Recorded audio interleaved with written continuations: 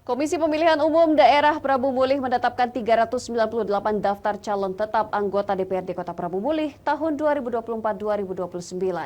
Dari hasil rapat pleno, 1 orang dinyatakan tak memenuhi syarat pencalonan, serta 3 orang lainnya mengundurkan diri. Calon anggota legislatif Partai Nasdem dinyatakan Komisi Pemilihan Umum Daerah Kota Prabu Mulih tidak memenuhi syarat melakukan verifikasi kelengkapan berkas. Selain Nasdem, 3 partai politik seperti PKS, Hanura, dan PAN juga turut kehilangan caleg karena bacalek menarik diri. Ketua Komisi Pemilihan Umum Daerah Kota Prabu Mulih, Marjuansyah, mengatakan penetapan 398 daftar calon tetap anggota DPRD Kota Prabu Mulih dari sebelumnya berjumlah 402 calon. Sekitar 402 DCS.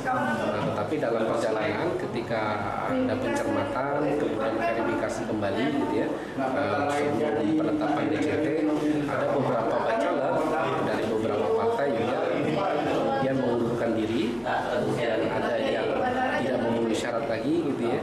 Nah, beberapa di antaranya itu ada seperti partai PKS, partai Hanura, partai Nasdem, dan partai PAN terakhir.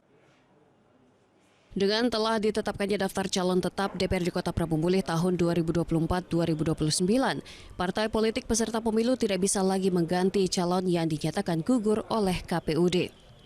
Selanjutnya, Komisi Pemilihan Umum Daerah KPUD Kota Prabu Mulih akan segera melakukan produksi pencetakan surat suara setelah memastikan lambang partai politik, nomor urut partai, serta nama caleg tidak ada kesalahan.